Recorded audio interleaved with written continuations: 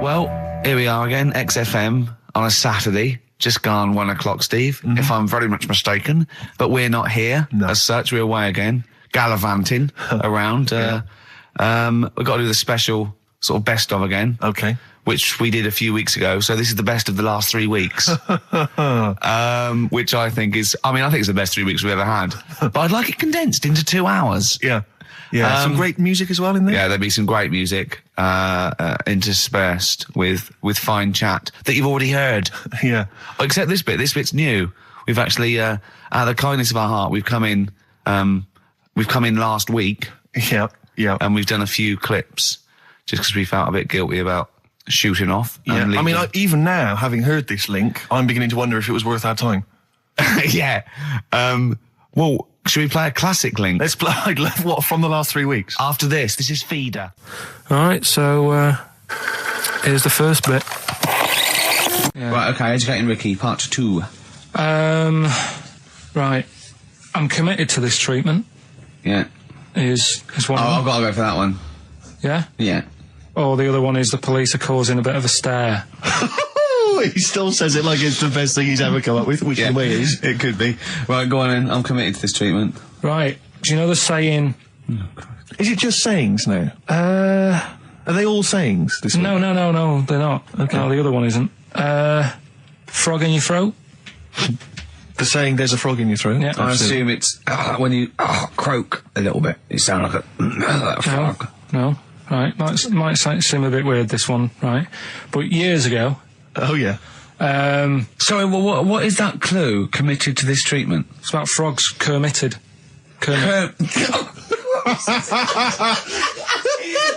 Probably works better with a K and an ER written down. Well, also, if you pronounced it Kermitted, yeah, but not committed. Committed to this treatment!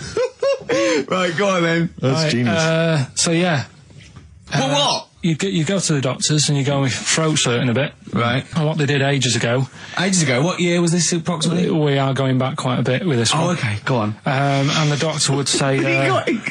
did history. Imagine years ago, go on. And the doctor would say, right, keep your mouth open, I need to look at your tonsils. And the jaw would ache a bit, because they weren't as quick back then, because they didn't have the technology and stuff, and they'd have to, stare at it and study it and stuff. And, they get an achy jaw, right? Keeping their mouth open. Yeah, you get, you eat a Mars bar or whatever. So, they'd sat there, and they used to always close their mouth, and it used to annoy the doctor, right? Oh. So what they did, they used to get a toad, right, and put it in the mouth. Rubbish. Okay, keep talking. Keep talking. And that way, they couldn't close their mouth because either they'd squash it, right, or apparently you're not allowed to lick a toad's back. So the doctor would have them for breaking the law? No, but it's poisonous, right? A toad's back. You should never lick a toad's back. Or put it in your mouth, really. Oh, just stop for a second. Wait. What? Can I just ask one question? Go on, yeah, ask one question. I've got a few, but go on. Sure. My initial thought is, it sounds like a brilliant bit of sort of medical knowledge there. It's a great idea. Yeah. My only thought is, how does the doctor see past the toad? Yeah. Your tonsils? What's he actually looking at with the mouth open? Surely the toad is in the way. Hopping around in the way? It didn't say. Sorry, and my first question is, was this on the internet? Yeah. Yeah, okay. Karl, that is bollocks. That is, Well, alright then. Let's turn this round. Where does the saying, you got a frog in your throat come from? Probably because you sound a bit croaky.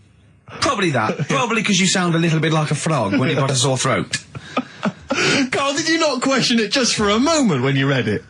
Just for a second, didn't you think, that seems an odd approach? Firstly, why a frog of all the different species? Because it's poisonous. A toad. No, a toad, so it's a toad as well.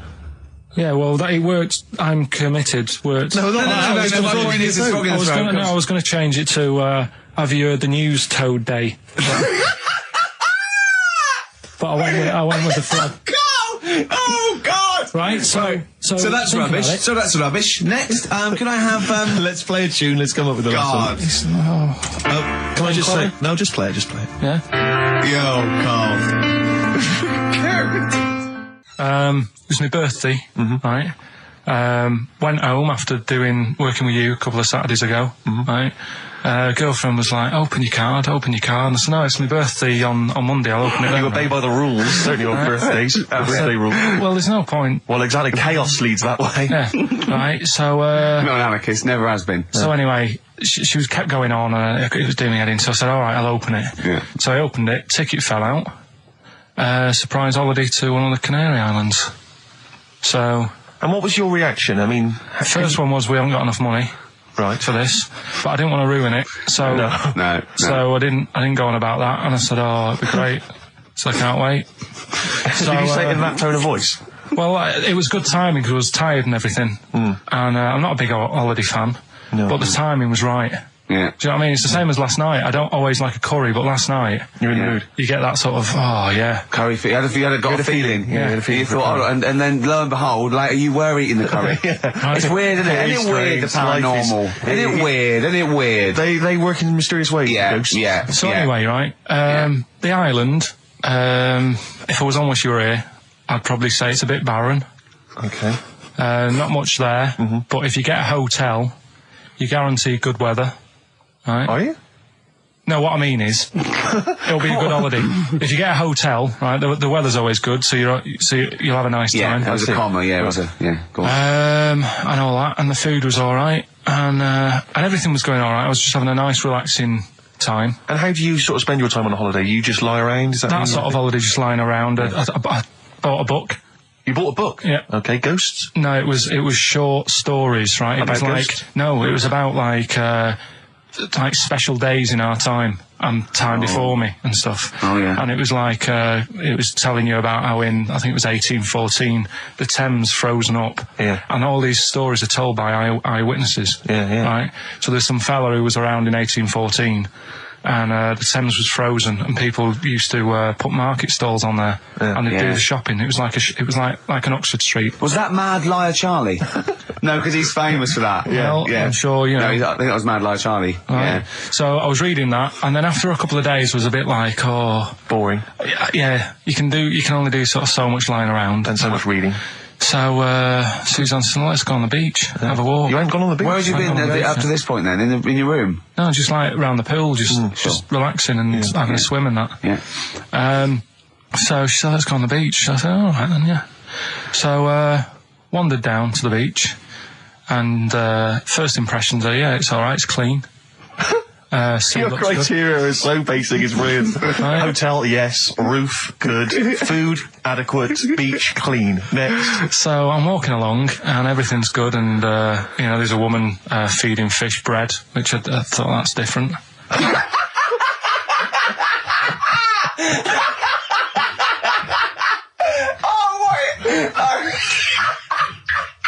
I love that. He likes originality. He loves a bit of originality. He was feeding fish bread? This woman was there, like, up to her knees in water. Yeah. And she was stood there. Was that a sea? Chucking, chucking this bread. And I thought, what's she doing? And I stood there and watched for a minute.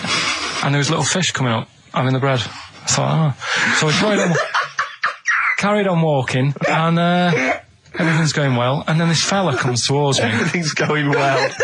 That's I haven't fallen over. Clean feeding bread. 2 points for originality. Fella comes walking towards me. Oi. He's only got no pants on. Oh. So I said, Suzanne, what's going on? Why did he turn to her? Like she knows more than him. So she said, oh, yeah, it's, she said, yeah, it's a nudity. Is this going to be a long story? Could you pour that coffee? Can you give me that coffee over? Sorry, this is really bad. Yeah, because he's poured... Thank you. Just amuse yourselves while we sort the coffee. Thank you very much. Dave, do you want I'll have a cup of coffee, Carl. Thanks, yeah, cheers. Cold. Right, good. Okay. So... Great. Thank you. So she said, yeah, it's a nudist beach. So I said, well, why, what? I said, we're all it's all mixed up. Normally on a nudist beach, it's a nudist beach and you don't go wandering on there when you get your clothes on and that. So it annoyed me a bit, because there wasn't any signs. So this fella's getting closer. Well, the knob out was a sign. Yeah. Right, so he's getting closer.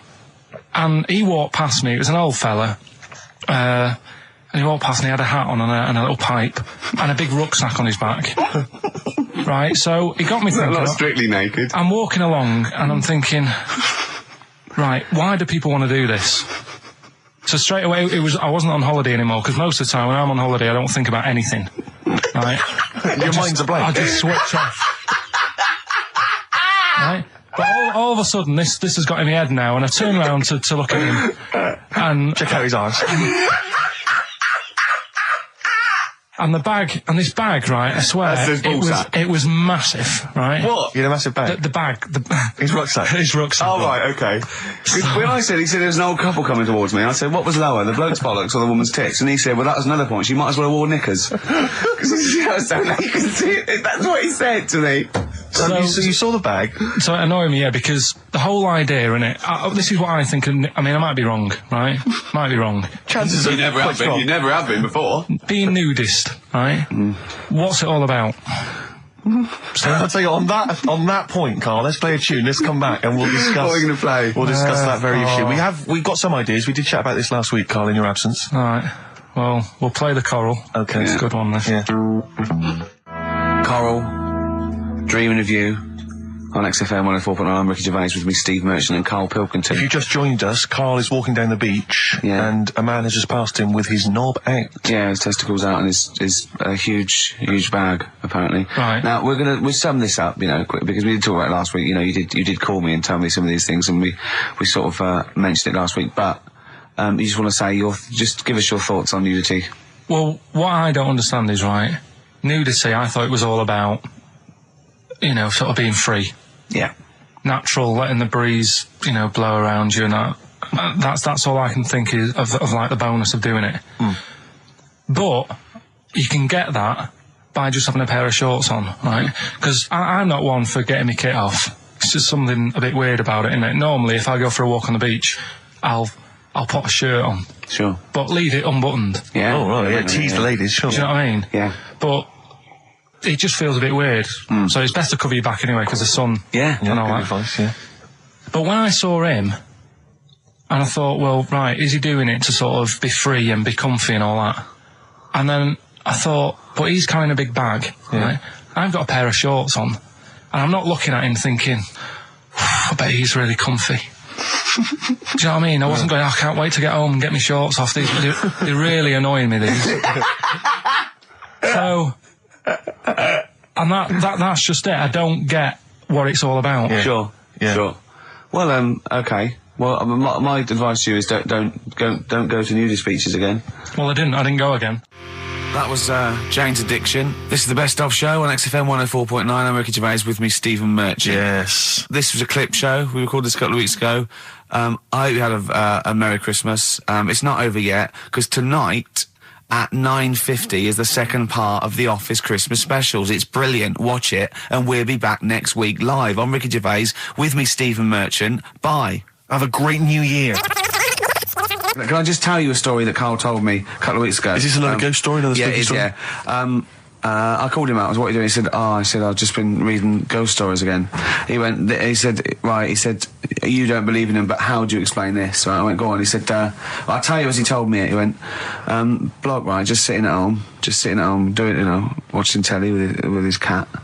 And, the phone rings, and it's a bloke going, is that fire, in your oven okay now? 'Cause your wife called.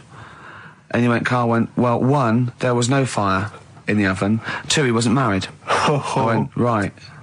Go on. He went, well, then, right, there was a knock at the door, and there was 2 sort of people in sort of white coats, and they came and said, we've come about that fire. Your wife called us. He went, 1, there isn't a fire in my oven, and 2, I'm not even married. Right? And he said, and they saw the cat, and they looked at the cat. It looks a bit weird at the cat came out, nothing. He said, and then he went back, sat down, phone rings, and they said, did they sort out the fire in the oven that your wife told us about? Oh. He went, 1, there is no fire in my oven. 2, I haven't got a wife. And Karl went, what do you think of that? I went, that's not it. He went, yeah. I went, that's the end of the story. What? He went, well, how'd you explain that? I went, explain what? I thought he was going to say, a year later we got married, but she died in an oven fire. Right? I thought it was going to be that. And I went, that's what? People winding him up. Yeah, or someone did report a fire oven, and their name was Johnson, and they looked up Johnson, they got the wrong thing, it was the gas board, and they sent it round to the wrong person, right? You know, he went, yeah. I said, I explained it to him, he went, yeah. Why do they look at the cat funny? Oh, man alive, Karl. This is really weird, right? I was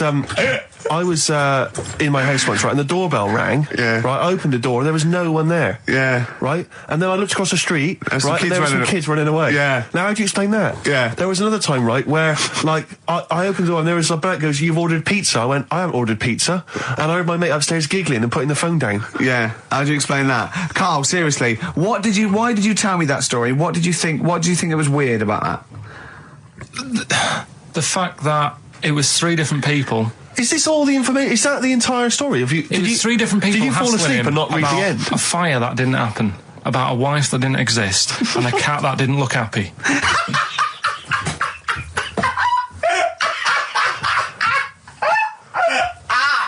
Oh, I'm gonna have a heart attack, Karl. What? I mean, why did they look at the cat funny? Because cats don't like spirits, do they? What? The other blokes were ghosts? Yeah. Yeah, that's it. So these are kind of Beadle About type ghosts. These are ghosts who walk the earth as the undead, just winding people up slightly. That's lovely. That is lovely. Seriously, and a cat that did not look happy. But seriously, why would ghosts wander around just like winding people up? Oh, Maybe something did happen there years ago. Some fire. Some woman might have died in a house of a fire or something. Yeah. And it's sort of all happened again. Bit of a, Yeah, it's certainly a mystery. if you don't it's a mystery. I mean, I can't. What's this book you were reading? You were reading a book, which is interesting enough. It was the For Tea and Times. Oh, Karl. Yeah. Well, I don't know what to say. But we're talking about MTV, right? And I was feeling a bit nervous, wasn't I? About like, you know, the way I look. Right. And what have you. And then I watched a bit of Celebrity Big Brother and all the fuss that Mark Owen's getting. And he's not that good looking, is he? He's very. I want to be Mark Owen's mate. If anyone who knows Mark Owen or Mark Owen's listening, I want to be his mate. I think he's brilliant. I think he's a nice lad. But what I'm saying is, right, all the girls go mad over him. Yeah. And he's not that good looking, is he? Well, no, he's got to. He is in a certain way, isn't he? That sort of non-threatening. But he's not stunning, is he? Do you know what I mean? No, but no. Well, what's your definition of a stunning? Yeah. Well, who do you like? Someone who you look at and you go, God, they're good Which looking. bloke do you fancy? What bloke do you think's attractive then? So if I was into men, Yeah. in fact, you can still say a bloke's a good looker without fancying him. Who do you think is attractive? Probably. I mean, it depends what you're looking for. No, just look. Just look. You think it's different looks as well. Of course, isn't yeah. it? Who would you say was attractive? Would you say was like stunning in your definition? A good-looking lad. Yeah. Good-looking lad. Oh, look at him over there. He's.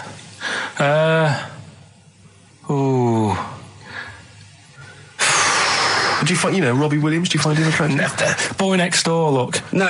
Who do you? Karl, hurry up, because it's we've only got 2 hours. Probably. I can't think of one offhand. Mark Owen is pretty good looking then, really. There's not. Just name one bloke that you think's an attractive guy. There must be one bloke that you've either met or that you've seen in a pub Who do you think on a is poster. Tell you what. Go on. Tell you what. Works here. Young Alex Zane. Alex! Well, we know Alex, maybe we can fix you up. Oh, I love you, Alex. You've got so I just like the way, the things that interest me, I remember. Things like snakes not having ears and stuff. Yes. I didn't have to read about that. No, you just learned that, yes. You saw it on the telly, didn't you? You saw it on that Ian Wright programme. Yeah. Yeah. And this is what Karl said to me. He said, it's actually, I called Karl up in the week, and Reese was with him. Reese used to be on XFM, and he took the phone, and he went, Karl's worried, I've seen that programme. He said, snakes don't have ears, right? He said, so you can creep up on them and pick them up. And he said, Karl's worried. He said, how do you ever put them down again? Because then they know you're there. I woke up the other night, quite late. Worried about that. And I said to my girlfriend, I said, how do you put a snake down? And she said, what are you talking about? I said, that Ian Wright thing, this guy managed to pick up a snake. And do you know that thing where they clamp its head on a jar to get the poison out? I do now. Right? They did that, but they didn't show you how they got rid of it, and I thought, it could really get nasty, because it's obviously annoyed, like you've had his head pressed in the jar. Yeah. Right? They hate that. Now... Especially as it's in front of their mates. When you lift it off, Yeah. right, you've got hold of it. Yeah. If you go to chuck it down, it's going to turn on you. It's going to go wild, isn't it? So, I just wondered. Well, what you do is you never put it down, Carl. Yeah, that's why that bloke has got about, 11 or 12 just carrying him. Exactly. Yeah, you never put it down. You sling it. Who cares? You just throw it, don't you, really far? That's not, that I don't think you should throw snakes. But Carl, listen, don't worry, we're not asking you to get involved with snakes. Like I said to you, though, the reason I did this was to get that kitchen, right? Now... Brilliant. As we speak now, right, Builder's in the flat. He's been annoying me. Of course he has. Of course he has. What's he been doing? When he turned up on Monday, right? Yeah. Wanders in, and the first thing he says to me is, said, the pub across the road, is it any good? I said, well, it doesn't matter, does it? You're working on the kitchen. Think of saying that to a builder. Probably making conversation. Probably meant, do they do a toasted sandwich? Because I've got a half-hour lunch break. Not an hour, like Karl Pilkington. So I'll probably go and get a nice, cheese and tomato sandwich. Is that genuinely what you said to him? Yeah. The first thing you said so to him? Suzanne had a go at me saying, why have you said that? He hasn't even started on it yet. I cannot believe that. You're unbelievable, Carl. And you say it's us that are rude, crass, I wasn't being thoughtless. rude. I just was letting him know. Do you know what I mean? I know what He they're up knows to. what he was there for. He had it down on his little docket. Do the kitchen this week. He didn't come there and go, what did I come out for? Was it to go to the pub for a week? Why am I wearing these overalls? Yeah. Who's the little bald mank twat insulting me? Let me just check. Let me call the head office. I wasn't having a go, though. I mean, they should have finished it yesterday, and they're there now, right, on their own. And what annoyed me is they turned up late today. Hold on, Carl, I've just realised something. They're probably listening to the radio. This, I assume, tuned to XFM, isn't it, in your kitchen? Yeah, but they don't know it's me, do they? Do you know what I mean? No. They'd go, he's got a whiny mank voice as well. So's the bloke who owns this place. And the bloke who owns this place, when I said, what's that pub like across the road, said, well, you won't be bothering that. He's working on this. No, he won't be able to put two and two together, will he? You've suddenly, the penny's dropped, doesn't it? You've suddenly realised. Look at his face! Yeah. He's suddenly realised they might know it's him. And they could be listening, and they're going to clean you out, mate. Oh, if you are the builder working in, where is it? I won't say the address, but it's... Central London, isn't it? Go mental. Have whatever you want. Opposite that pub that you like, He'll probably be in there now, so he won't be listening. Or insulting a British workman. He should have been in today. Mental. He should have been at 8 this morning, Just which annoyed me anyway. mental. Why, I really don't understand why they've got to start so early, right? Yeah. But he said he'll be there for 8, turned up at 9:30, right? Wanders in, and what annoys me is, he could have left all this downstairs. He had a paper under his arm, one of those crossword books, and a pot noodle. Now, I'm not being funny, but most of them take quite a bit of time. A crossword book, he's not happy with just the one that's in the paper. If you're listening, if you are the builder that's listening now, doing Karl's flat, what about pissing in the laundry basket? All right, this is Karl, the producer of Ricky Gervais and Stephen Merchant on XFM 104.9. We're playing out some of the best bits. Hope you're enjoying it. Here's another one. So let's take us back a few steps, Karl. What's the story? Right, so I did some research. Right.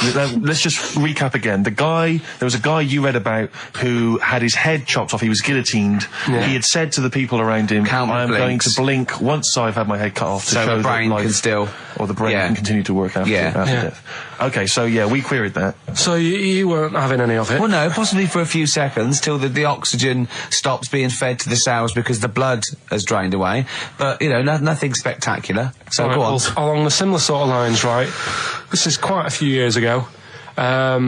This fella sort of upset the royal family doing something, right? So they said that this isn't good. It wasn't Ben Out under that Jubilee thing, was it? I can't remember what it was. And they said, right, that was terrible. We're gonna cut your head off. You gotta show people like you can't be doing what you've been doing. What was this? The 1970s?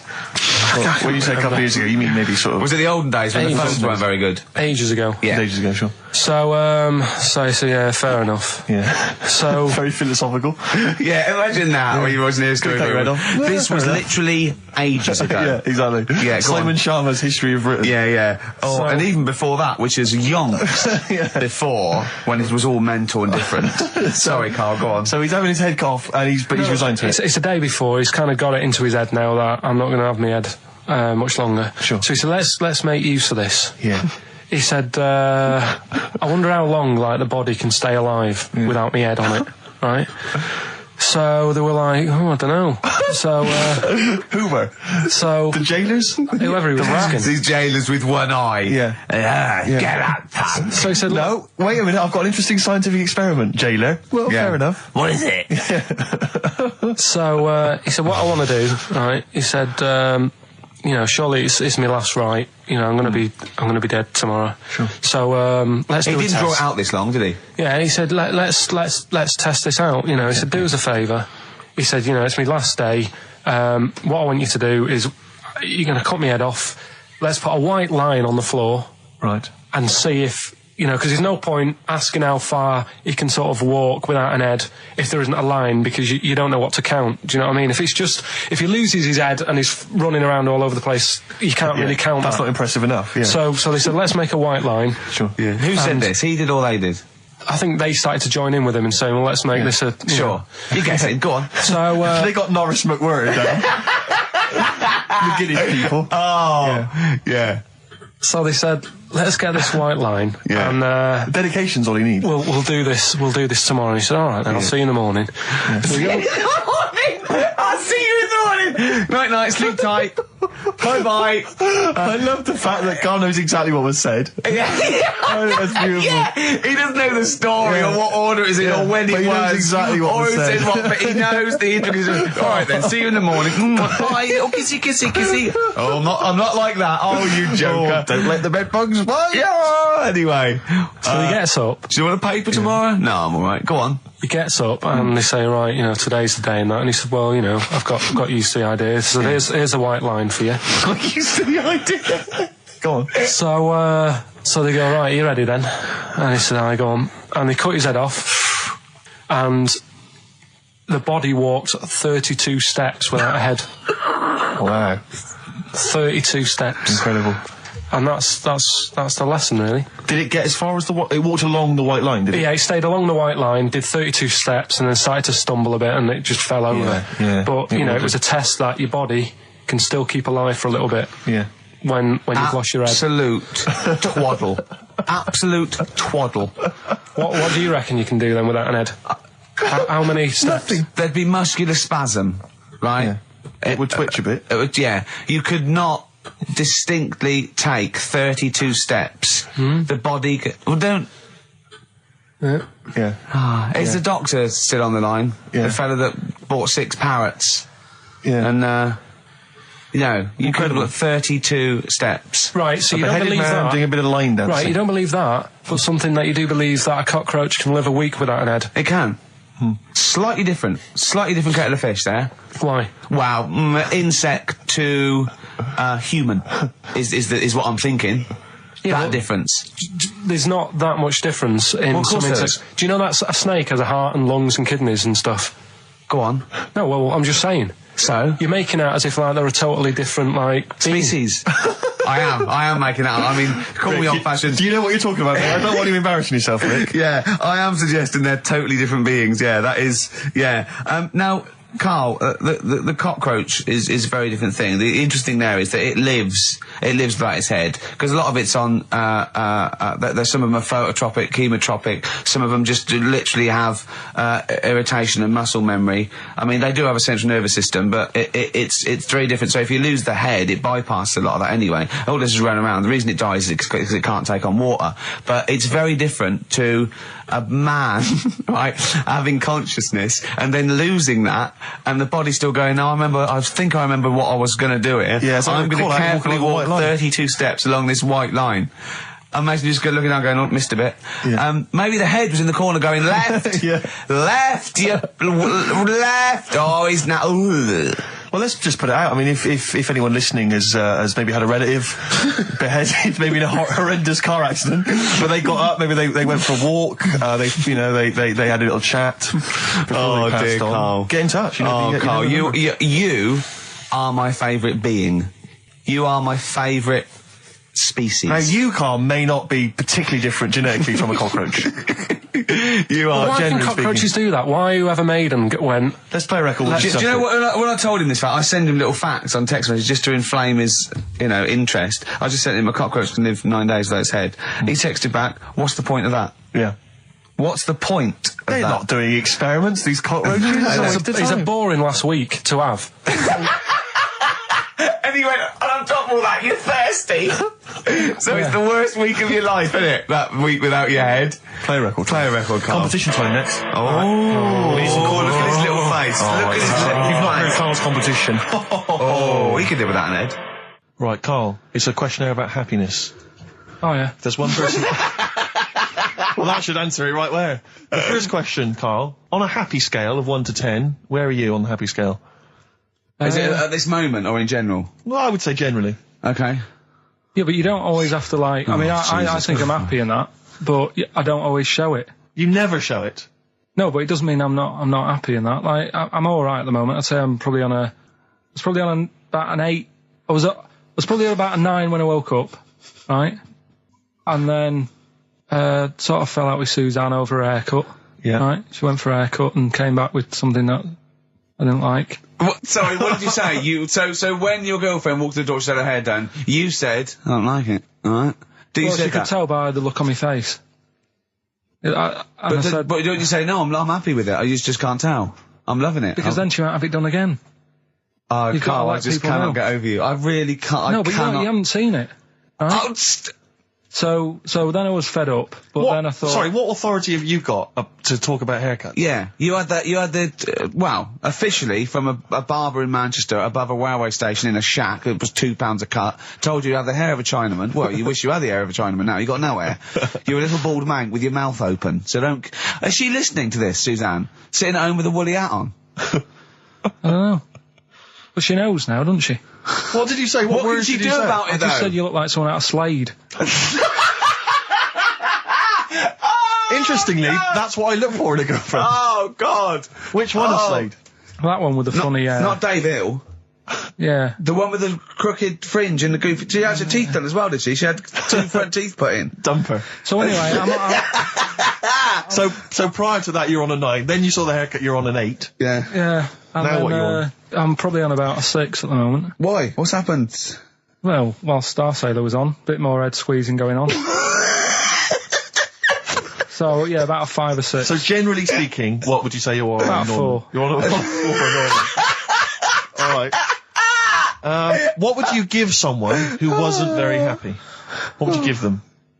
What are you thinking, Carl? Depends why they're not happy.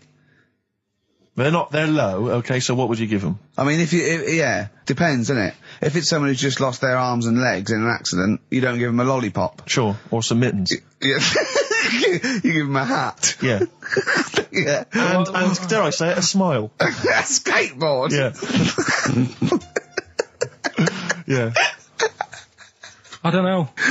You don't know. You got to answer the question. Alright, so hang on, let's assume that you've upset your girlfriend because you slagged off her haircut. What are you right? going to do now feel to go guilty. and make her happy? How are you going to cheer her up? And not buy her a baseball cap? I don't know yet. I haven't thought about it because I've got this to sort out, haven't I? So when I get home, get her some gel or something. Oh, God! Oh, Christ. Oh, that's a wonderful, wonderful clip, and Yeah. a great record that preceded or followed it, I'm not sure. But, Oh, dear. could I make some dedications? Yeah. Because last week, just before we had to come in to record this, I popped out trying to get onto the tube, and I had a nightmare because there were millions of protesters, so-called protesters. Now, a lot of them obviously doing good work. There was one fella, I think you'd have appreciated it, because I know you are very politically active, and I think this guy has really studied hard, and he's realised the best way to make his voice heard on the international political stage is to ride around on a tricycle wearing a jester's hat. He was really shaking up the bloody government. I wouldn't want to be George W. Bush about now. Not indeed. Once he sees that. Once he sees that guy. Imagine his aides rushing in and going, George W., look at this guy. Where's that? That's in London, England. Okay, call off the forces. Is that a large tricycle? Yeah. Is he wearing a nappy? Get me Colin Powell. Why'd you call him Colin, not Colin? It's the way he likes it. Don't about. Just call off the troops. There's a in a jester's hat. Call the troops off. Just bleep some of those bits. Well, we're running out of time. We've got to get on with the show. It's near the end. I hope you enjoyed it. I hope the scientists stuck in a big, I don't know, hut in the middle of nowhere in pitch darkness, 10 of them. I imagine they've been fascinated, Rick, by the finger up the arse discussion. We had Chinese don't age well, gingers, all that. The big fat kid. Well, actually, they're probably secure in the knowledge that if they want to kill some time and it's dark, there's anything better than stick your finger up someone else's ass. Exactly. So enjoy that. But they've been hanging on for Rockbusters clues, I imagine. Here's the answer. So give us the clue again quickly. All right, so the first one was the fella let his wife know how he got the bruise on his legs. Go on. Right, that was Courtney Love. Yeah, Courtney Love. So that's Courtney Love. So that's the first one. CL. So that one's fine. The second one, that Potter. What am I doing? Letting that one go? Just let it go. Just let it go. Am I just letting that go? Annoyingly, we haven't got time to take issue with it, Rick. Okay. That Potter lad, he's got a lot of bottle, hasn't he, doing all that stuff with the wizards and that. Go on. That's Brave Harry. Yeah, the Bravery, current sort of XFM band, the Brave Harry. That works as well. No, it doesn't. And the last one. No, it doesn't. No, it doesn't work. The Buddhists. It doesn't work. Won't be able to get in their temple without Doesn't these. work. Brave Harry. It doesn't work. Brave Harry. The Brave Buddhists, Harry. Buddhists won't be able to get in their temple without these. TM. That's the monk keys, right?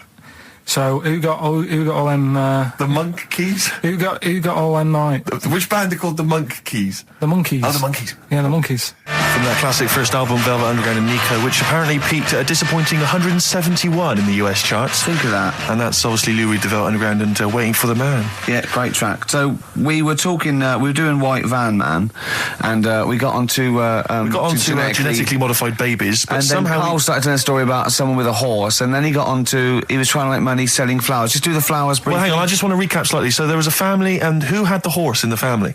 It was... Because you lived on an estate in Manchester. So the mother was a right pig, apparently. Well, I don't know if that's relevant. You don't need to go that far. But what I'm trying to do is like make a picture for you so you understand. What does she look like? Who did she look like? Bit of a, and no disrespect to her, bit like Pauline Quirk. Quirky, yeah. Right? Okay, I knew you were going to say that. Yeah. I knew it was going to be Pauline. Did she have any tats? I've never got that close to it. Okay, all right. So who had the horse? Was this her son or her husband? No, her daughter. Her daughter had stolen a horse? Yeah, from, I don't know where. I think there was some stables down the road or something. And they kept the horse in the house with them? They kept it in the house. Did they didn't get have caught? it for long. No. Sorry, and you said you were in the house one day and you saw the horse in there? What happened was, I was, they did this thing at school about raising money for charity, right? For some local charity. And they said you can do anything to raise money, and they came out with all these ideas, and I thought, that's good. What was the charity? I don't know. I thought, forget the charity. Yeah, that's just a good way of making over. So you're a charity. So I asked my mum for some. She used to have a lot of flowers around the house. Sure. I said, can I just take some snippings off them, and I'll go and buy some plastic cups, and got some soil out of the garden, planted the bits of plants in them. Yeah. Got a tray. Yeah. Had about 25 plants on it, selling them for 25 pence each. Excellent. Did you sell any? Yeah, so loads. Did you just cut? You didn't just cut them and stick them in the soil? Yeah, they want to survive. Oh. But I think people sort of thought, good on him for trying. But anyway, so I went round to theirs, because I thought their house could do with a bit of colour and stuff. Yeah. Because it's a bit rough. So as I went... The horse went, thank God for that breakfast. They've been feeding me kitty cat. So I got up to the door, and they opened the door, and it was one of them houses where... no carpet. Yeah, a horse in the living room. You know. We've all been there. And the horse was walking around the living room. Oh. I looked quite happy and everything, because I always say that about animals. Black Beauty was on. Yeah. Well, think about it, right? If you were a horse, where would you rather be? In a little wooden hut with a load of hay, or in like a house with a central heating, 3-piece suite, and a telly and that? Telly and that? No, but I was saying this the other day. And an Atari. Right? I was walking through London. Commodore 64, rubbish. Exactly. Walking through London with Suzanne, right? Yeah. And you know, like homeless people always have dogs.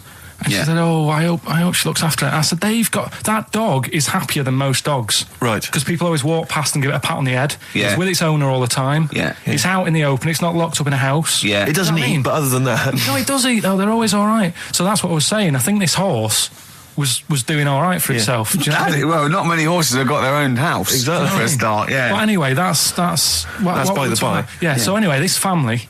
Who's a bit... What were we talking about? It was about cloning... Genetically modified kids and all that stuff, yeah. Right. Now, what I'm saying is, you could say, right, Steve, you could have a baby, right? And Ricky could see it and say, God, I want one that looks like that. Yeah. right? It could happen, Rick. So come on, work with him. So you take it to the doctors, and I don't know what they do. They inject it with something or whatever. Yep, that's how it's done. Yeah. And get a little baby, and there it is. It looks the same. Now the thing is, you separate. You both go off and do your own things. Yep. Right. Now, you look at Stephen. You look after your baby. Yeah. You treat it well. You give it good food and I'm a good dad. all the vitamins and stuff. Yeah. Ricky just gives it cheese.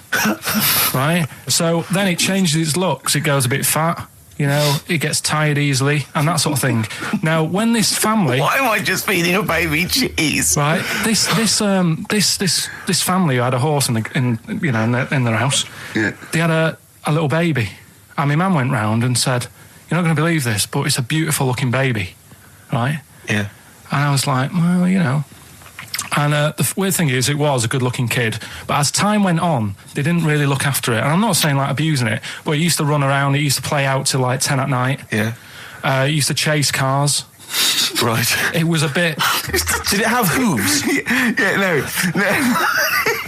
Chase cars. Right. What sort of kid chases cars? Oh, God. No. Was it called Rover? Did it catch stick? It's Liam, it was called, right? Right. Now, the weird thing is, it was a good-looking kid, but as time went on, and all that, like, not eating properly and its hair was all patchy... It's not Liam Gallagher, is it? and chasing cars and that, and it became an ugly kid. It's definitely Liam Gallagher. And that's what I'm saying, right? You can clone all you like, but at the end of the day, it's how you brought up. Brilliant. Wow. Live. Wow. That was a hell of a point. Oh, God. But am I right? Oh, you're always right, Carl. XFM 104.9. Lovely, that one. Now, again, I broke the rules in the week. I met up with Carl. I had lunch with him. And we were chatting and having a cup of tea. And it got onto one of Carl's favourite programmes was the Tales of the Unexpected. Ah, of course. And all I can think is that he's probably the only person in Britain where they were unexpected. I mean, to him, when that twist came in, he'd go, gee, I can't... Yeah. Oh, God. Can't believe so it was the tree that did it. I mean, he was probably the only... And we were telling all these stories of horror, and he liked horror stories. And I told him this story. And I don't know if this had come across the way, but I told him this story.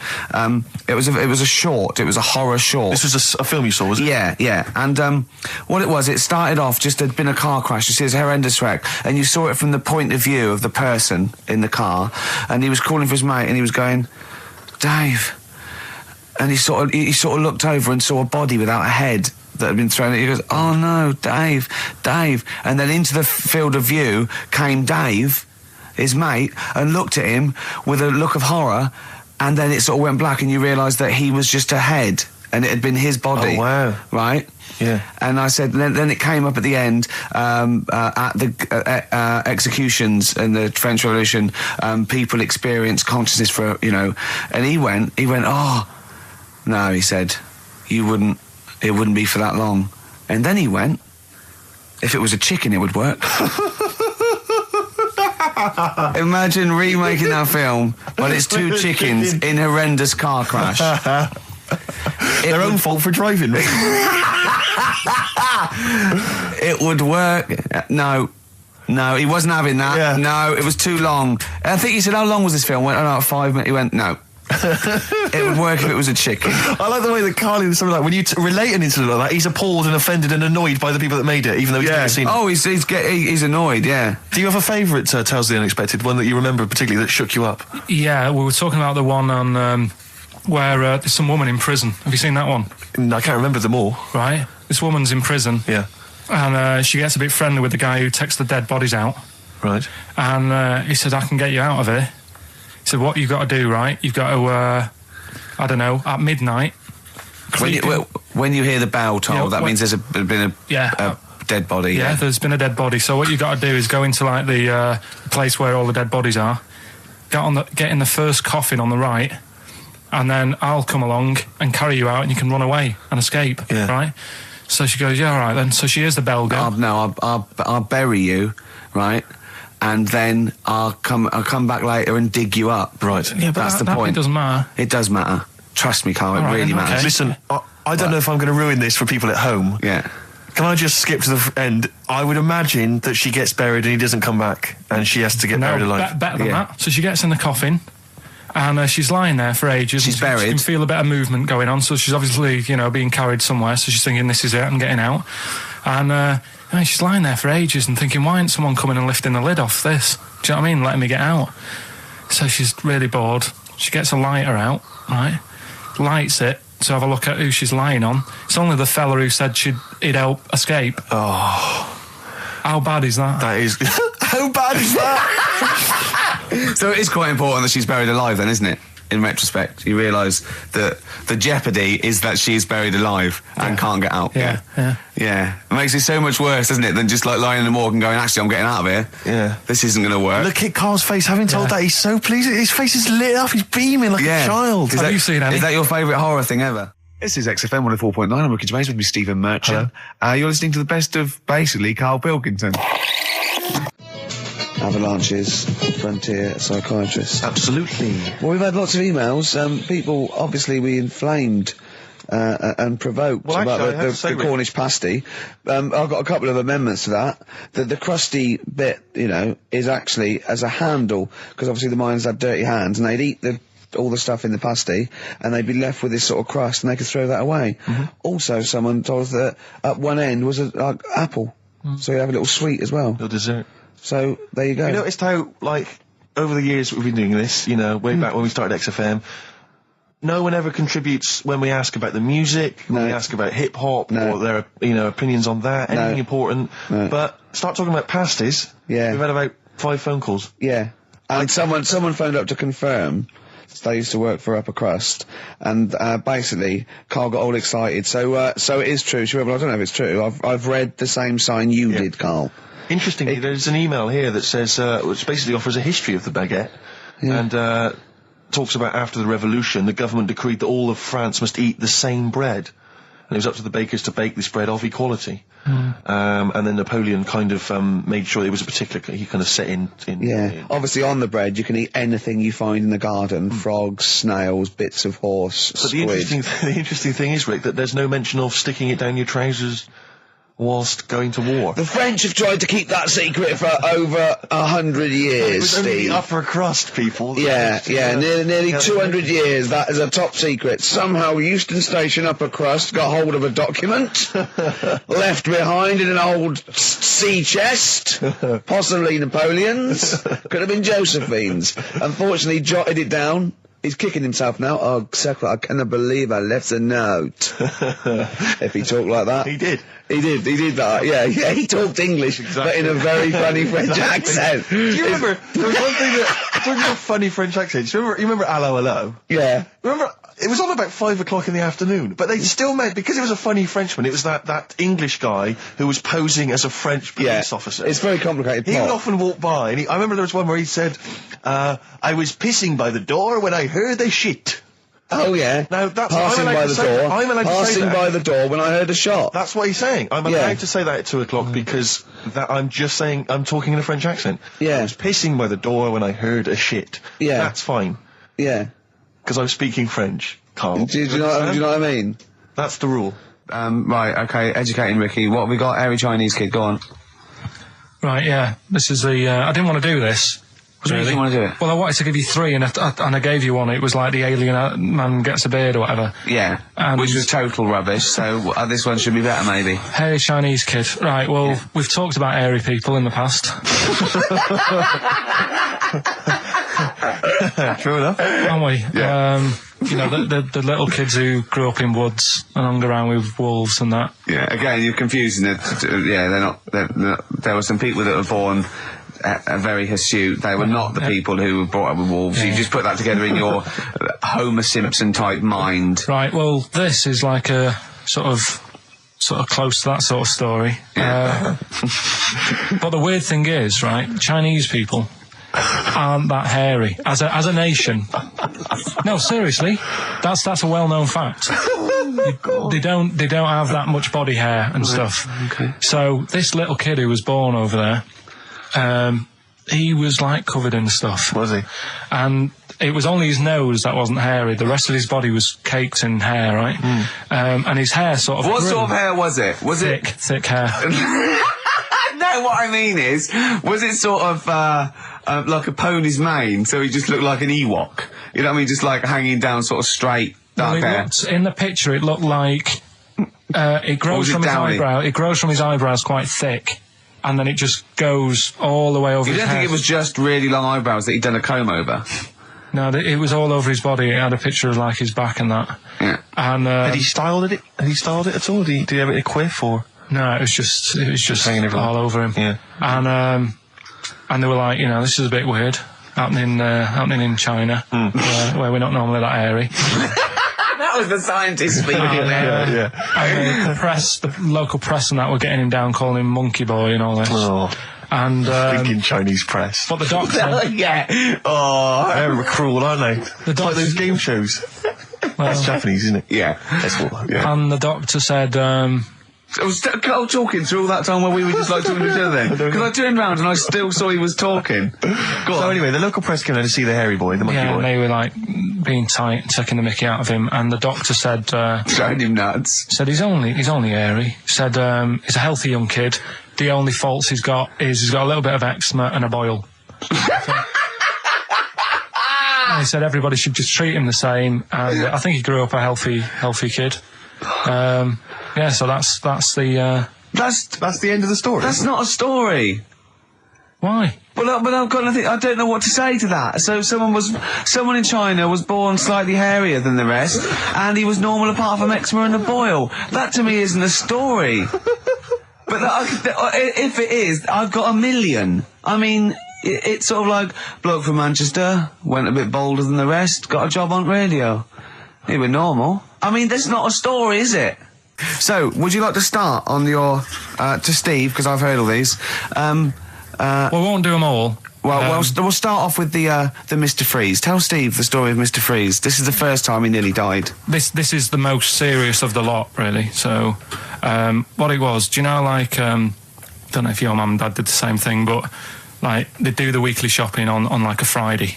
Yeah. So when you got to Thursday, there wouldn't be much stuff left in the cupboard. It'd just be like, your Jacob's crackers and stuff like that. So when they'd been to the supermarket and they came back, I was like, what's that saying? Like a pig in... I loved it. It was like loads of food coming in, loads of biscuits. What is that saying? He nearly said pig in shit. Right. Is that the saying? Yeah. Right. So yeah, all this food comes in. Thank God he didn't. Otherwise he'd have been in trouble. That's true enough. Because he's culpable for our actions, because Exactly. he's the producer. So technically, that twat's in charge. Go on. Right, so anyway, there's loads of food, and I'm like, oh yeah, look at this, and chocolate biscuits, and, penguins and stuff. Bacon. And bacon. Just in case, you never know. So anyway, my mum and dad's putting the food away. Me and our kid are like, he's already grabbed something, gone back upstairs. It's like feral children. It's like a quest for fire. And then they run upstairs. What did he just sit under the bed, gnawing at some sort of pig's trotter? So I saw, do you remember Mr. Freeze Pops? I do, yeah. So they're kind of like popsicles, icicles. Yeah, but really long, like a foot long, right? Yeah. So I thought, I'll have one of them, so I grabbed it. Went for the nutritious stuff first. Absolutely. And like my mum and dad are putting this stuff away and what have you. And I rip it open and knock it back. Right, straight away, just right back like Swallow that. it, Right, yeah. But it went down the wrong way, right? So What's down your shirt? So I was like, oh God, I can't breathe. And my mum and dad didn't even know what I'd ate. Do you know what I mean? I ate it so quick. Yeah.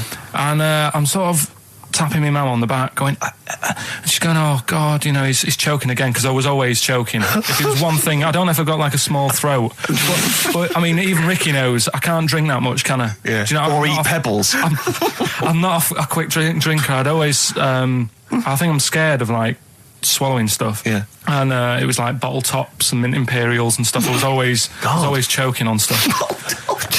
So anyway, she's going, oh God, what's he picked up on that now?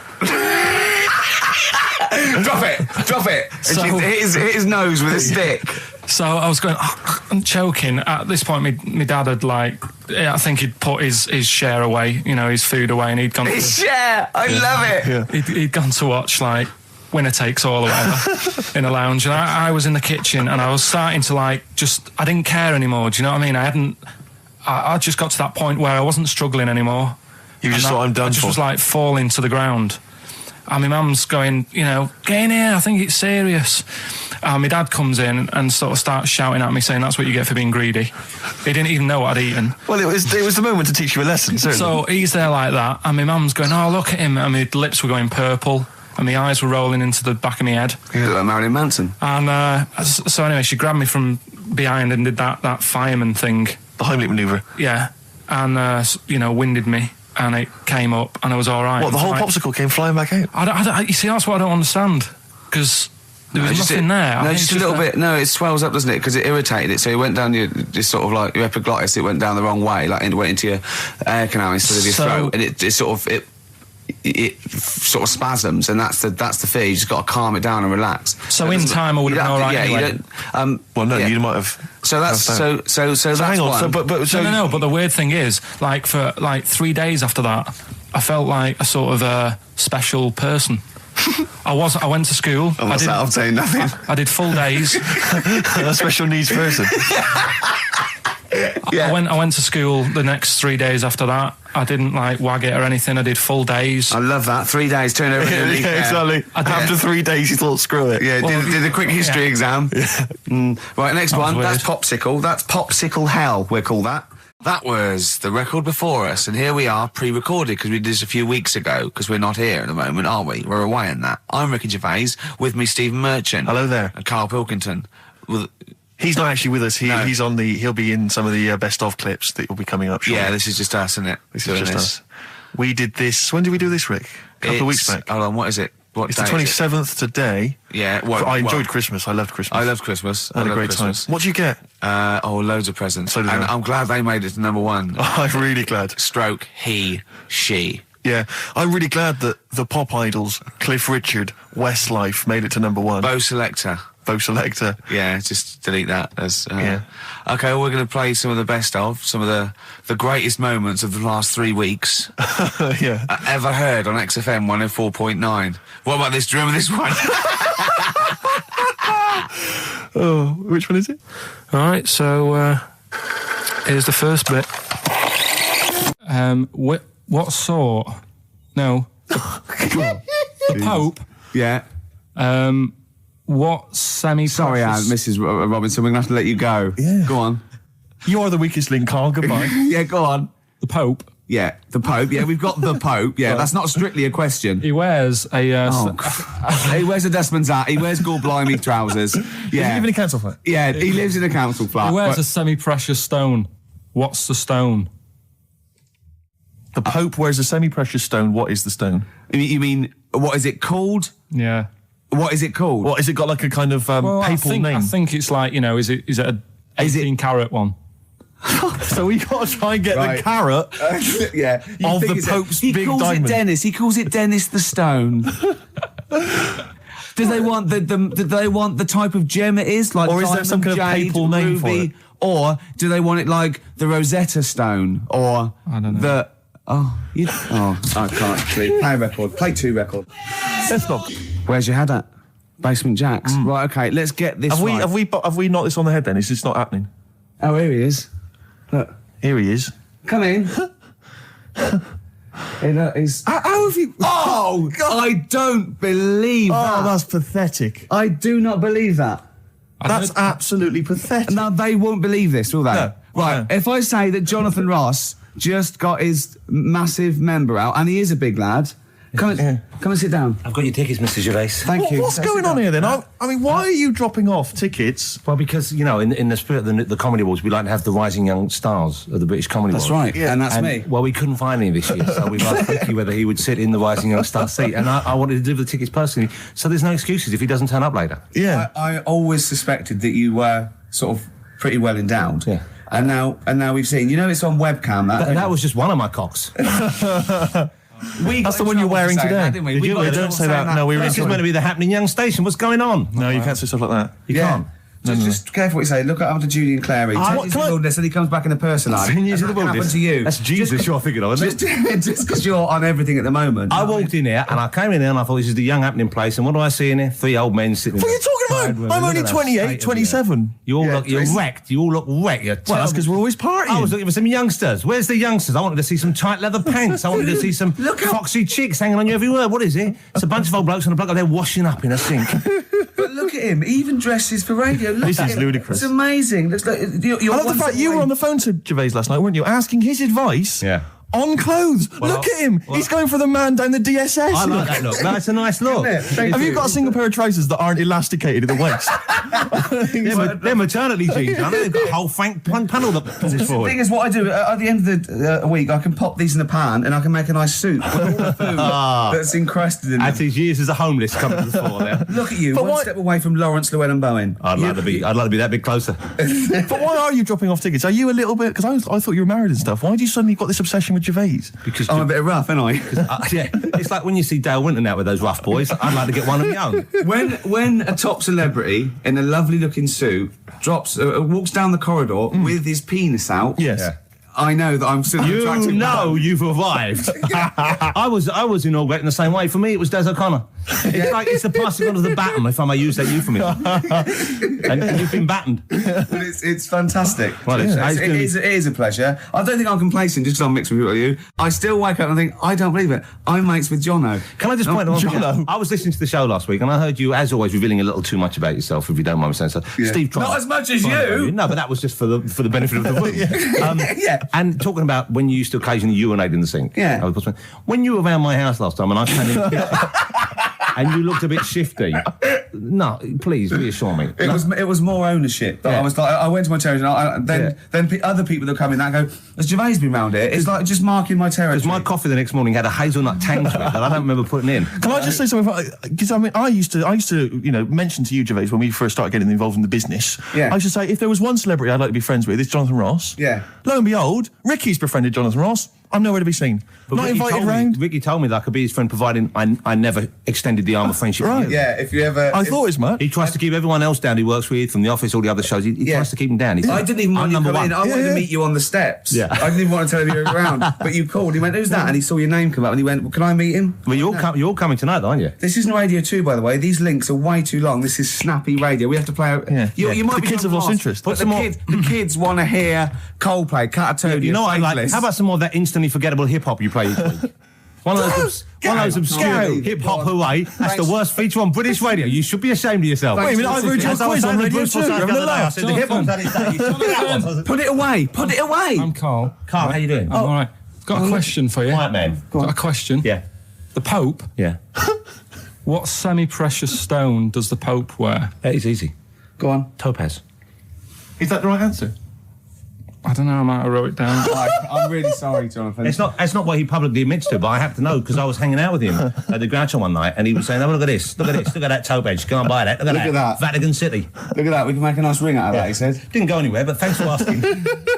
I better go. I've got to go and buy some winkle pickers. Thank you very much. Okay. Enjoy Nice to it. meet you, Stephen. Yes. Carl, I wish I could say it'd been a pleasure, but actually it was quite creepy. See you later. So we just had a text here that says, I don't know what truth there is in this, as ever, but John says there is apparently a nude bike ride today in Hyde Park. Now, I can't believe that's the case, because I don't think it's allowed, is it? You can't ride around with your veg, can you? I don't know.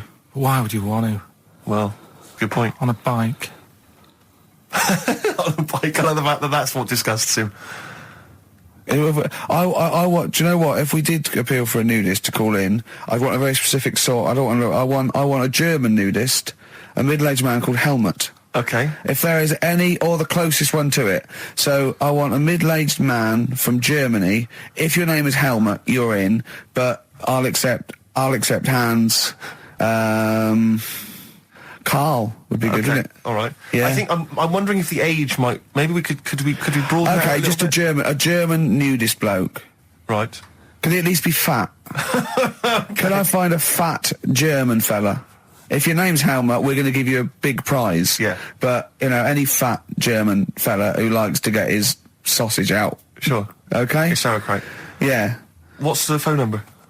0871 222 1049. It'd be good just to get an email or a text over the contact, wouldn't it? And then I can just call them up in the week. Sure. And 83936 is the text number. I don't know what our audience demographic pans out like, Rick, but I'm suspecting that's probably a fairly small fraction of our listenership. I know, but there must be someone out there. If you know a fat German who likes to get his tackle out, phones are going. Straight away. Just answer it, Carl. Just answer it. Just pot luck. It could be anything. Well, just see what it is. To be fair, it could be a nutter. But just say hello. Just tell your turn. It's not straight away. He'll stay there, won't he? He'll stay there. Well, answer it. Answer it. Leave it. Answer it. Oh, you see this? It's gone. There you go. He bottled it. So, just as well. Well, you took too long to answer it. There's a vicar in Australia who's started sort of doing his services and all that in nude.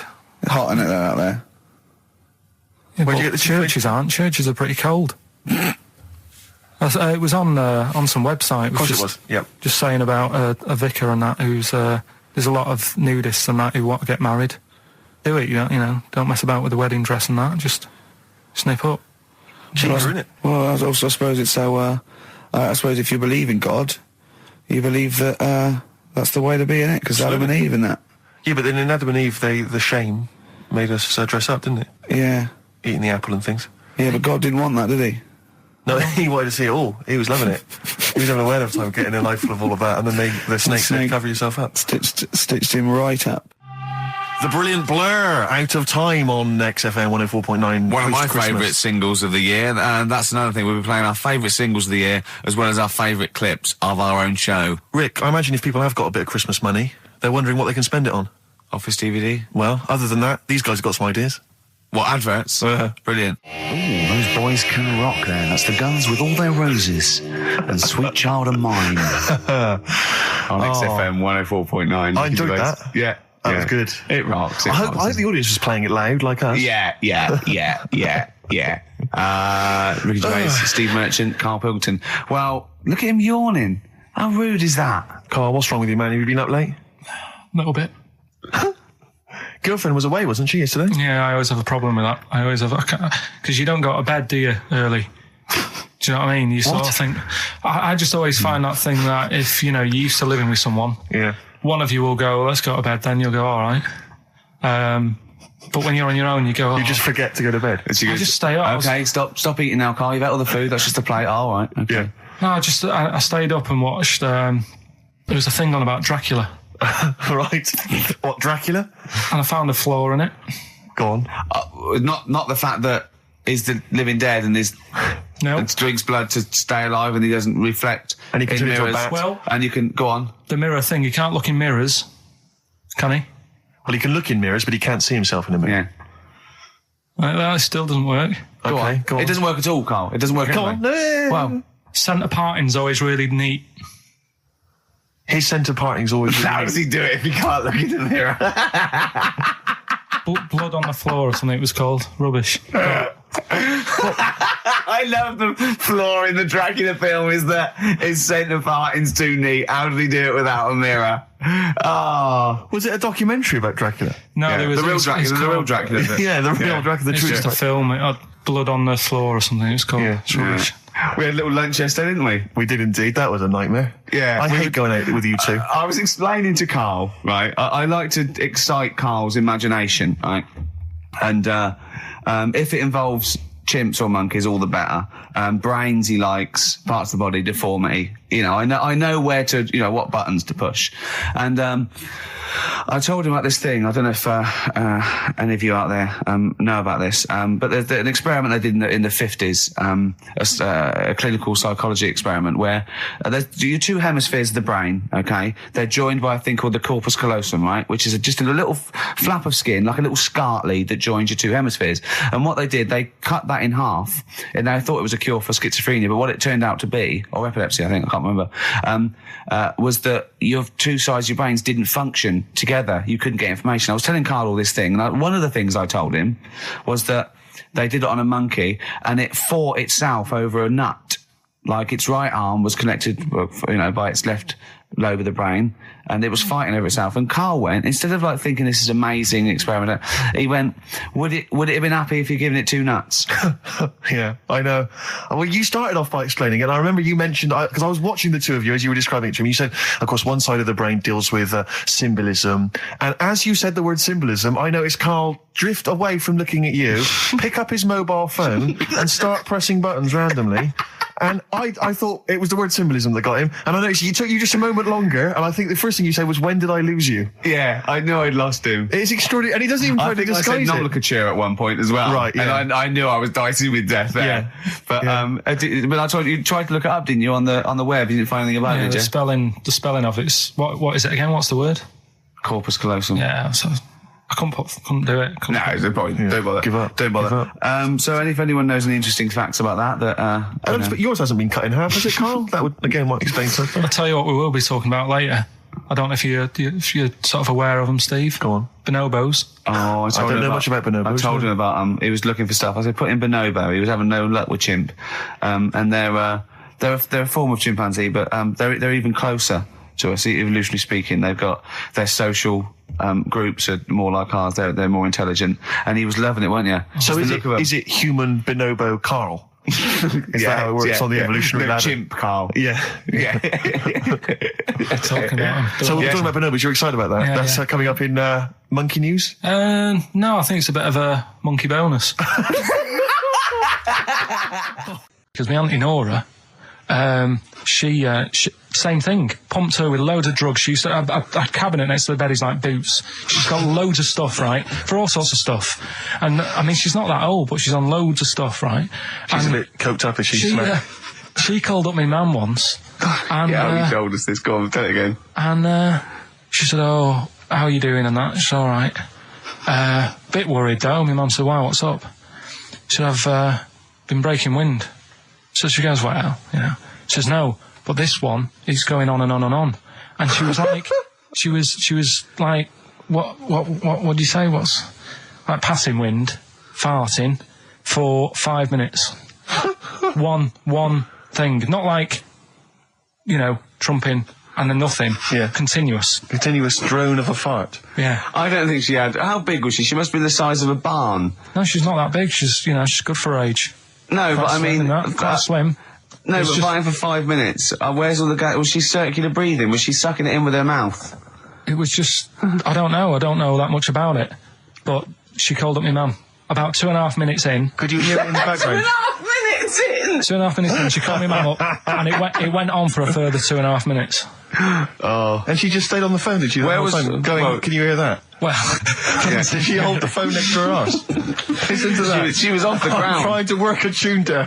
she was actually hovering. She was 4 foot off the ground when they found her. The ambulance men. The cat's dead. Don't light a match. Don't light that cigarette. Yeah, it's like that advert. The kids come home from school, switch on the light. Yeah. Then they see Granny hovering. Turn the light on. Be careful if you have an elderly woman at home. Yeah. Drugs make you fart. So that's what I'm saying, just let these people... What are you saying? No, wait a minute, what are you saying? I'm saying let people enjoy the life they've got left. No, you're not. You're saying don't put them in hospital, leave them at home to die. No, I'm not. Give them a Rubik's Cube and let them die. That's what you're saying. Yeah, I'll tell you something now, right? Steve, I'll tell you something. I didn't want to do it because it brings the show down. But she did die. Who, the blue-handed lady? Yeah. How do you know? Because I said to my dad, how's the woman next door? She said, oh, she went last night. They've got an old fella in there now. God.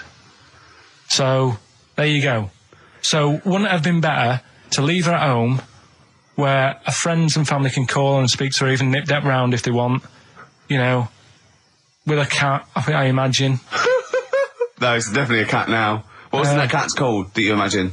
Probably, I'm seeing like a big ginger one, so I don't know, something like, I don't know, maybe ginger or whatever. Maybe I had a budgie. But that's what I'm saying, just let him enjoy this life, because dying in hospital, I wouldn't like to do it. If I went to the doctors and they said, you haven't got long life left, I'd say, well, I'll stay at home. Yeah. And that's the point I'm getting at. Yeah. Right? If you can't do anything for them, let them enjoy the life. Yeah, a Rubik's Cube. Right, well, I remember, I think all kids go through a phase of shoplifting. Well, and when I was going through it, I used to just little things, just like magic markers and magazines, Mars bars, that sort of thing. Yeah. And one day, right, that my mate Anthony, his mum called up my mum and said, I've got to meet up with you. I've got to have a word with you. And she said, what about? She said, I don't want to talk about it over the phone. So she goes, oh, right. Well, yeah, come round tonight then. So anyway, my mum sees me. She don't want to be in an awkward position and, like, be a bit embarrassed and what have you. So she sees me and she goes, right, Anthony's mum's coming round. What have you been doing? Yeah. So I go, oh, God. I said, I've been nicking stuff. So she goes, like, what? So, not big stuff. I've had a few calculators and Mars bars and stuff. How many? I'll just work it out. Hold on. Works out at 7.2 per day. So, how many calculators do you need? So, anyway, so it was when that phase. You failed maths, didn't you? Everyone wanted a calculator. It was like a trendy thing, wasn't it? Right. Oh, yeah. In Manchester a couple of years ago, yeah. So anyway, so I told her all this and I confessed to, like... Computers will make it there one day. I confessed to... There's magic in the back of battery. Go on.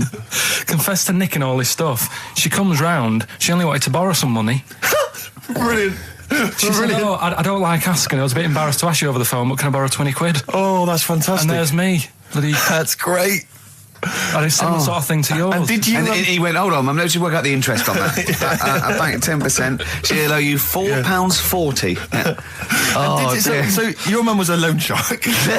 yeah. And did she mention? She went, I just stuff with that other? Because what I'm saying is, presumably you got your mate in trouble. No. Right, you didn't. That's great. Anyway, should we have some more music? Because we've been waiting for hours. What are you going to play, Carl? We've got the Cooper Temple Clause. Oh, brilliant. Probably you're thinking, Rick, isn't it time that we do our usual roundup of what's been happening in the news? Yeah. Which we always do every week. Yeah. We always do something, which is, I mean, basically, if you're listening and you're a new listener, say you work at a newspaper, we always try to be informative, just try and put stuff out there that just educates people, informs people. What are you thinking? Well, I said Monkey News is coming up, but what have you got? No, I was just looking on the net there and just found a couple of quite important news stories, probably worth mentioning. Policeman caught photographing... I don't know why it makes me laugh. It's just the phrasing, I suppose. It's the headline. Policeman caught photographing up woman's skirt. No, he wasn't up there taking a picture of Big Ben. He wasn't going, can I just sit up here? I'm just going to take a picture of that seagull over there. No. He was facing the camera up a woman's skirt. He was indeed. Right. A policeman in Japan is facing disciplinary measures after he was caught photographing up a woman's skirt with a hidden camera while on duty. The 42-year-old sergeant, who's not been named, used a digital camera to secretly snap the shots when the woman was reporting a stolen bicycle. So he was actually doing his proper job. He'd obviously thought to himself, I'll bring him a digital camera today. On the off chance a beautiful woman comes in to report a crime or robbery, I'll have it ready, I'll have it positioned, in such a way. But this is interesting. This is how he got caught. Okay? The woman became suspicious after she saw a flash go off. brilliant. I mean, this not a secret at all. Sorry, did I just see your shoe? Your shoe just seemed to just spring into life there. It was light. There was light. Yeah, I think I've had someone set fire to some magnesium that was on the end of it. It won't happen again. But it's only you and I in here, and your shoe was just suddenly lit. Why are you standing like that? Why is your shoe just sort of like between my feet? There's no reason. This is how I always stand. What did the bike look like? Flash? So, are you taking pictures of my family? No. And no, I'm not. And you should be wearing knickers anyway. Well, how do you know that? What? How did you know I'm not? How did I know what? I'm not wearing any... I didn't know you. I don't know what you've got up there. Well, I don't know what it looks like, and there's no way I could. Of course, it would be roughly that conversation in Japanese. I know, yeah. This is the Best Of Show on XFM 104.9. I'm Ricky Gervais, with me Stephen Merchant. Yes. I hope you're enjoying the Best Of. I'm amazed that these are the highlights and that we've strung it out this long, Rick. But the good thing about this is, we're not here. We recorded this a couple of weeks ago, just the links, right? This has taken us about 10 minutes for the whole show. We get paid the same. Why don't we do this every week? That's a great idea. High five. Listen to this clip. It's brilliant. Can I just ask Karl how he got on over Christmas? Because the last time I spoke to him, you hadn't bought a present for your girlfriend. I had to say I was on tenterhooks all Christmas. Well, you changed it. After that show, I felt bad, even though I shouldn't have done, because... Because you hadn't bought your girlfriend a Christmas present? Yeah, but I said to you, I booked a table at a hotel in Covent Garden, had Christmas dinner there, which was nice, right? It's good food and everything. Didn't feel like enough to me. Well, then I went out and treated some stuff, and then... No. A couple of days before Christmas, He went, I took Suzanne to that hotel we're going to go to for Christmas dinner. We had tea and cakes.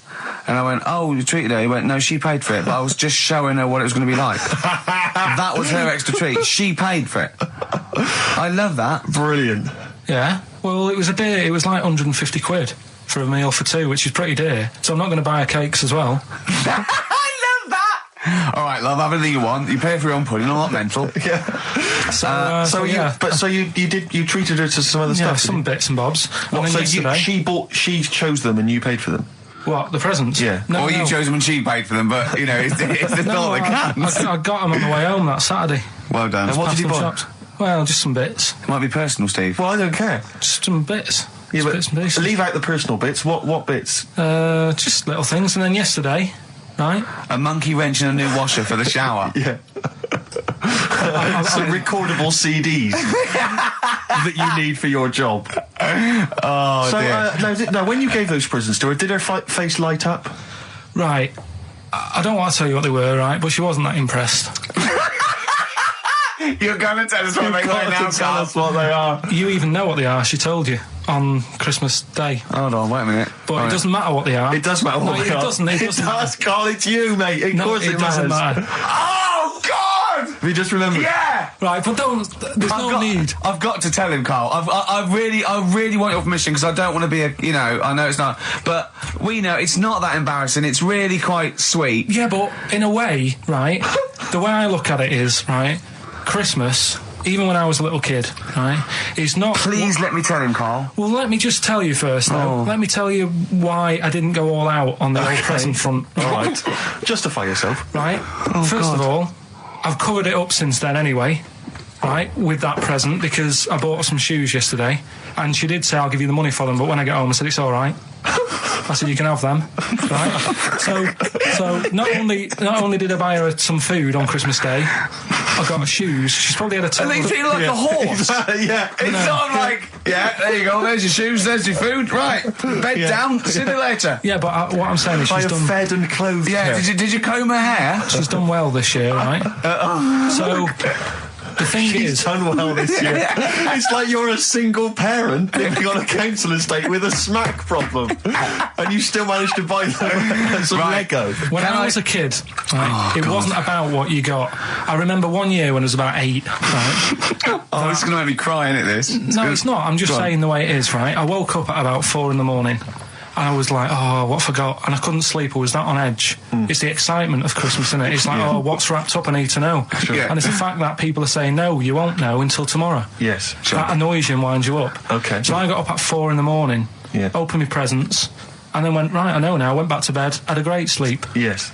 Right? So it's nothing to do with the excitement of what you get. It's the excitement of not knowing what you've got. And then what happened when you got up to go down with the presents? What you're saying to me is that you could wrap up a brick because the thrill of Christmas is in hoping and being excited about what it is, not the actual gift itself. Yeah. Is that what you did? Did she get a brick? No, let me tell you now what he got. He got her a present, right? And she said, she came. I said, yeah, he got me. It was an industrial-sized packet of condoms. It was a joke gift. No, it wasn't a joke. It wasn't even a joke. I went home that Saturday after the year, past Boots, thought, might have something in here. They were on, like, some value. Right, you passed the makeup. Were they used? Right, but anyway. The makeup, you passed all the other... Past the makeup, stuff. past the lovely vanity cases. Yeah, the foot spas. Exactly. Yeah. Hold on. How much are these, love? For 100? Yeah. $4.99. Yeah. Do I get them reduced if I buy in bulk? So how many did you buy? What was it? I don't know, probably about 100. Right, okay. And is she allowed to use those with anyone? Did you wrap them? Can she just go out and have a wild time? Well, you don't need to wrap. They're already wrapped, aren't they? Oh. And then what did she say when she opened them? No, wait. Carl, what did she say? Right, play a record and we'll come back to this. Oh, you're worse than my father. That's genius. Go on. Talking about this the other day. What was it now?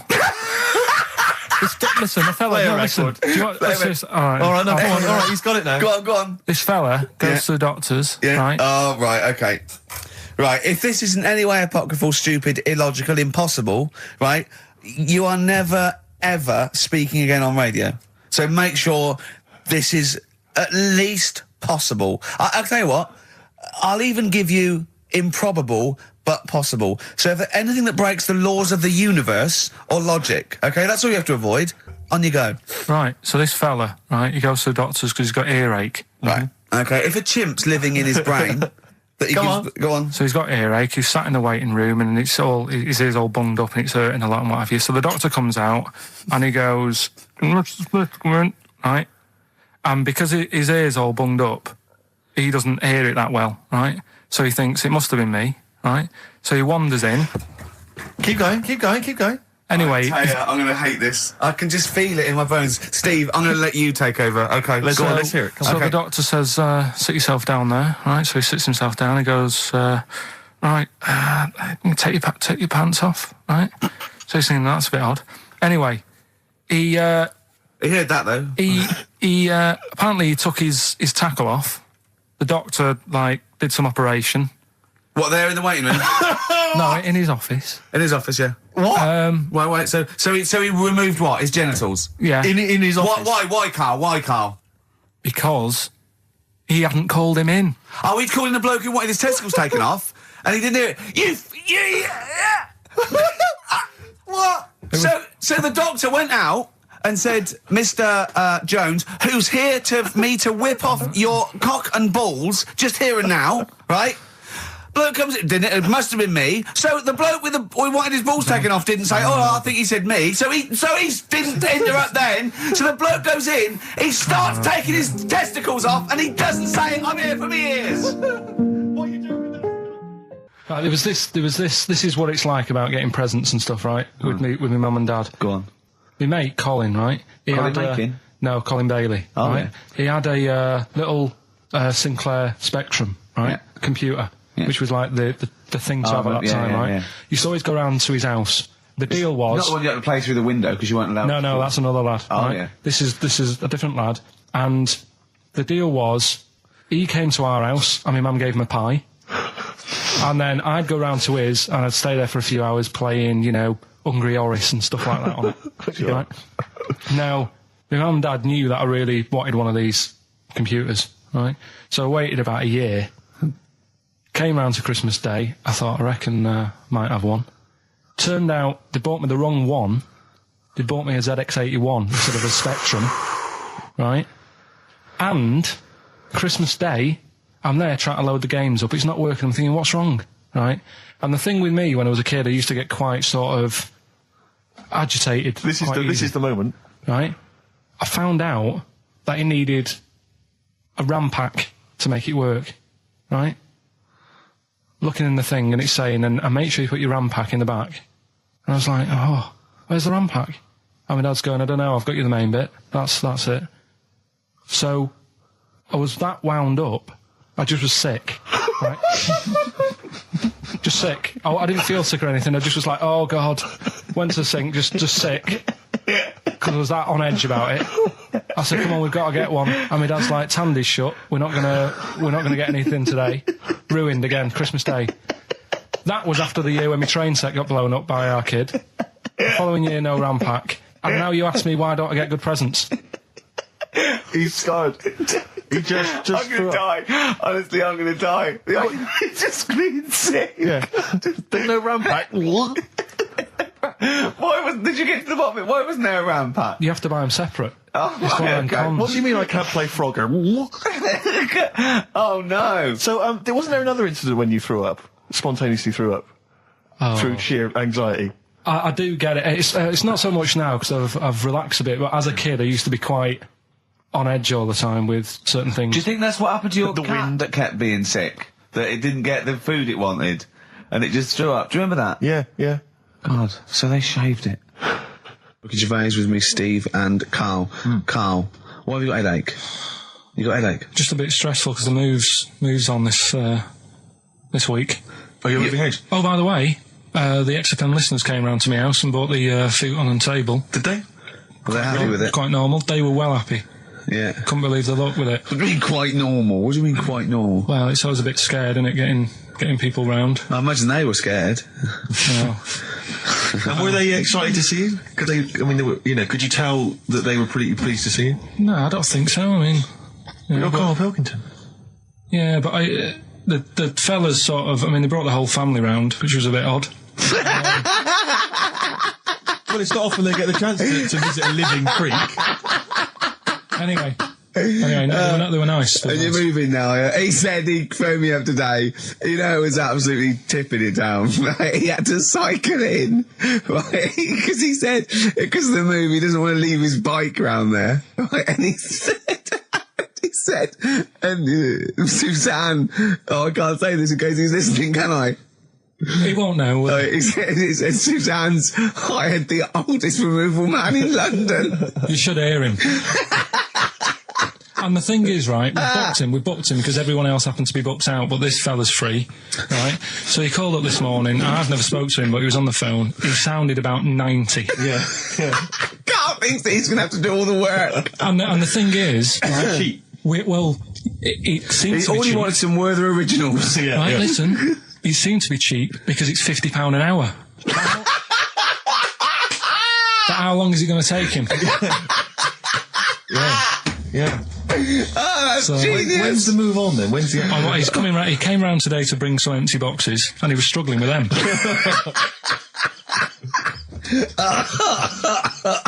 So it actually happens on Wednesday. Oh God. Anyway, so Rick, let me say you were laughing and almost had a heart attack. Doesn't bode well for the boxing match, does it? Cough for the moment, haven't I? I've had me lemsip. This is the Best Of Show on XFM 104.9. I'm Ricky Gervais, with me Stephen Merchant. Yes. I hope you're enjoying the Best Of. Do you know what a fable is? I've got a rough idea. Okay, it's a thing that uses sort of metaphor, analogy, just to explain sort of morals. I mean, they're very, very old for a start, and it's all I'll give you an example of one. A quick one. Oh, the one about the dog with two bones. He goes to a dog's got a bone. He sees a reflection in the lake, and he thinks, "Oh, that dog's got a nice bone.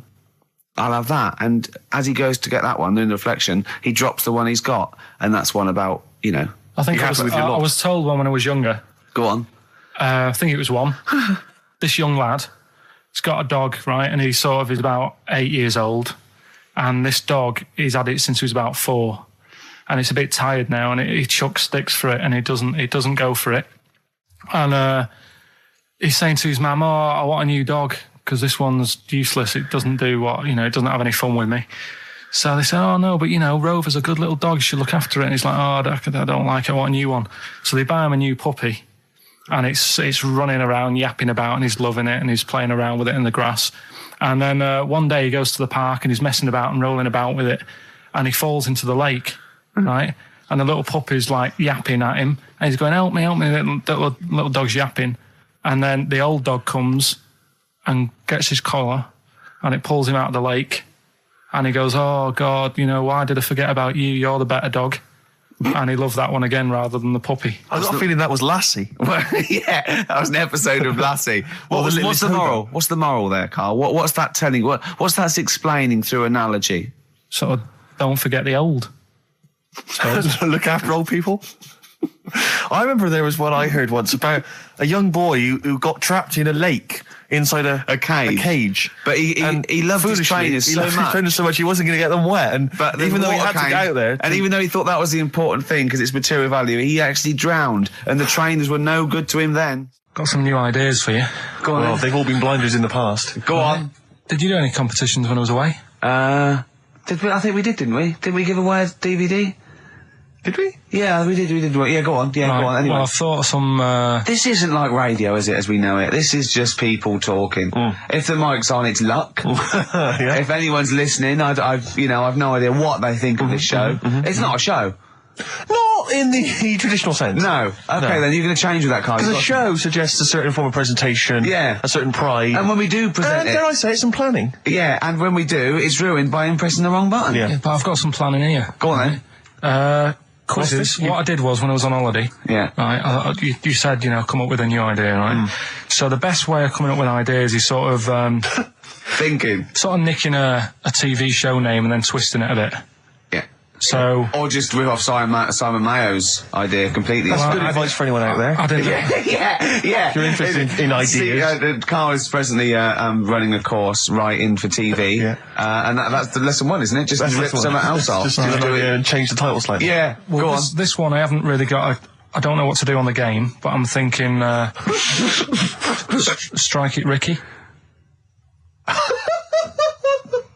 That's all you've got. That's what you've come up with. How long did that take? Through. What is that? I just thought it sounded a bit like Lucky. Forget that one then. Yeah, forget that one. Okay, yeah, well, no, good. No, we all have hits of this. Even Spielberg's, not all his films, can hit the. Go on. Right. No, okay, no, it's a good. Go on. Yeah. Remember Big Brother? Yeah. Do I remember Big Brother? No, go on. Big Mother, right? You call in. If your mum's heavy, you win a CD. What do you mean? How can you prove that? All right, forget that. Right, ER. Here's one. Right, ER.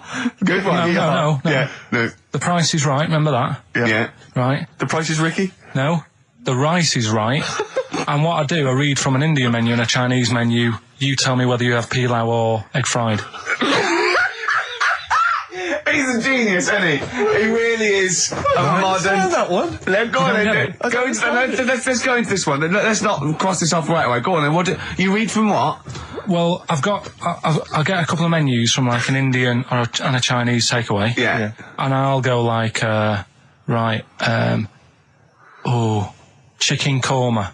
Well, could I just suggest that as it's an Indian, it'll be pilau, and anything you read out that is... Yeah, but you don't know which one I'm reading from. What, the chicken korma's Indian, isn't it? Yeah, so you go pilau. But then well, you might as well say Indian or Chinese. No, because then the name wouldn't work. The Rice is Right. Okay, yeah, I forgot you're working for the title backwards, aren't you? Okay, yeah. Okay. I'm so confused. I don't know where I am or what day it is. A programme that they've been in on Channel 4, right? Can you cross that out? We're not doing The Rice is Right either. I don't understand The Rice is Right. No, go on. I'll tell you that later. We'll have a game in the office, right? A game that they've been in on Channel 4, but has got really big viewing figures. Well, obviously not. Right. Or they wouldn't be binning it. Go on. Do you know 15 to 1? Yeah. They're getting rid of that, right? Are they? I'm thinking 15 Taiwan. Get some items that are made in Taiwan, right? Get 15 items, and I say what they are, and then you go, oh, I bet it's the vase. Or something. That's the one that's made in Taiwan. Yeah. Can you just explain that again very quickly? No, don't, Carl. Alright, Cross it out. Forget that. Cross it out. 15 Taiwan. Tell you a job I don't like. What? I wouldn't want to be doing. The woman, there's a little woman who sits in the little snack stall on Finchley Road. Yeah. And I don't know how to describe it really. She is surrounded by snacks. She can't move for snacks. It's Does like, it look like American Beauty, but with different... not dissimilar to that. Yeah. It's a little hut on the station.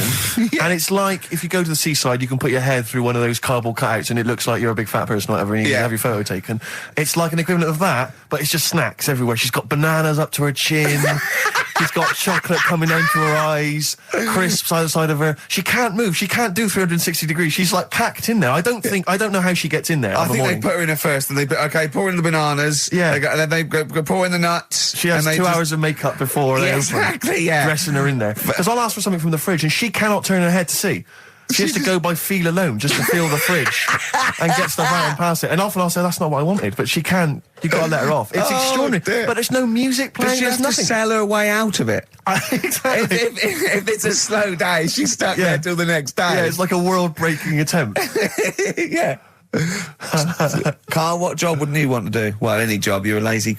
You're joking, aren't you? I've done loads of stuff. I'm quite happy now doing what I'm doing. Yeah? You look happy. Trying to think. You sound happy. Yeah, I mean, calm down. You on drugs?